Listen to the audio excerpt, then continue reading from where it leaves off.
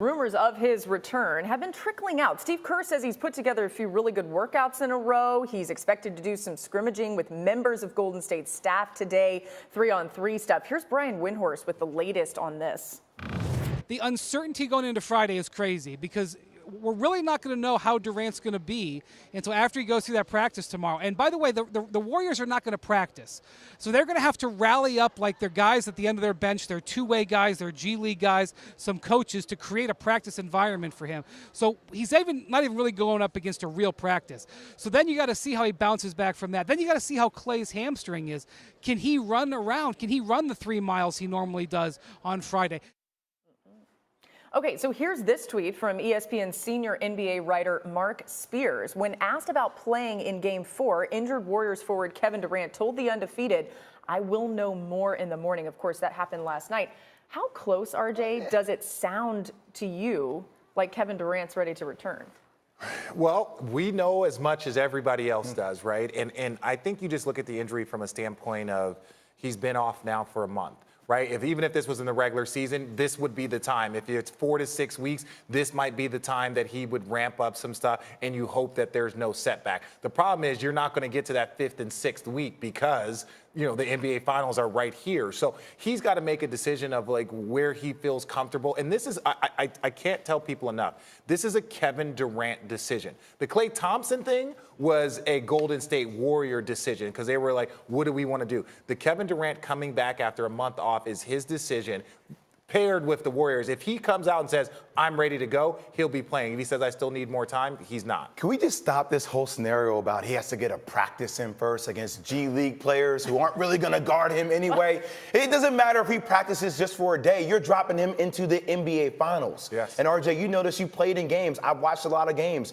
The level of competition is such in rarefied air of the Finals. It's different than you going through essentially a walkthrough against some G League players who aren't going to really compete that hard against you anyway because they're worried about hurting you. Yeah, but there's also that conversation that if Kevin Durant's at 70% and there's no risk of further injury, he's still better than most of the players in the NBA. And so you just need something. This is the NBA championship. You don't get these opportunities. Doesn't matter if you're the Golden State Warriors or not. You don't get these opportunities very often. So is that something with Kevin Durant maybe at 70%, maybe a little more, who knows, knocking off the rust? Is that enough? Does he provide enough of a boost for them? Okay, we're going to say this in a purely hypothetical way.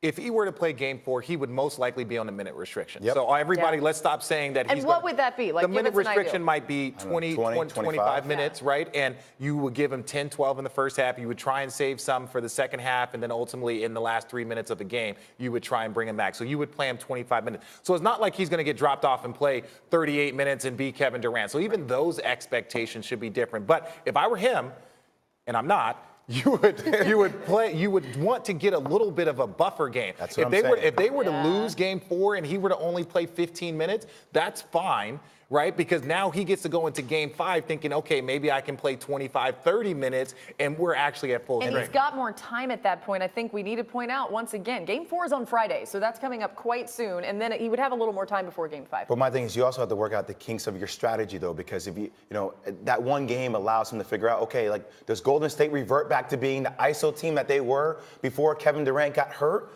Or is Kevin Durant adjusting his game to fit into how they're playing in more that ball movement spacing with Klay potentially coming back? Okay, I want to ask you a little different angle about Durant. It feels like suddenly he's in a very different position with the Warriors, doesn't it? I can't remember a time where Kevin Durant was seen as the savior, but right now he is. It kind of reminds me of what my wife used to say to me, like, I want you to want to do this. I think this is the first time I think for Kevin, exactly, where it's like, he's always been a luxury for the Golden State Warriors, and I've heard their fans say this all the time. Well, we won before Kevin Durant. I heard Draymond Green said that, right? This is actually the first time that they actually need Kevin Durant. Yeah. You need Kevin Durant. And I think for Kevin, this could change the tone of his free agency as well. It's the first time he gets a chance to play the savior for an organization. If he comes back in this scenario, 3-4 games, and they win, it's going to be a different way that you look at him. I don't think he leaves Golden State if he does that. No, and think about this. We're going to just, in a much smaller scale, let's look at Boogie Cousins. First game, just okay.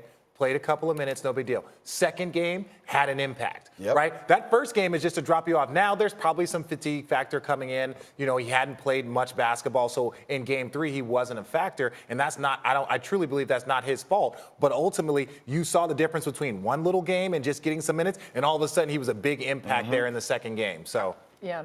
You know, you want to give Kevin Durant one little buffer game before you expect him to actually contribute and dominate like he has been. Hard to get a buffer game right in the middle of the NBA Finals.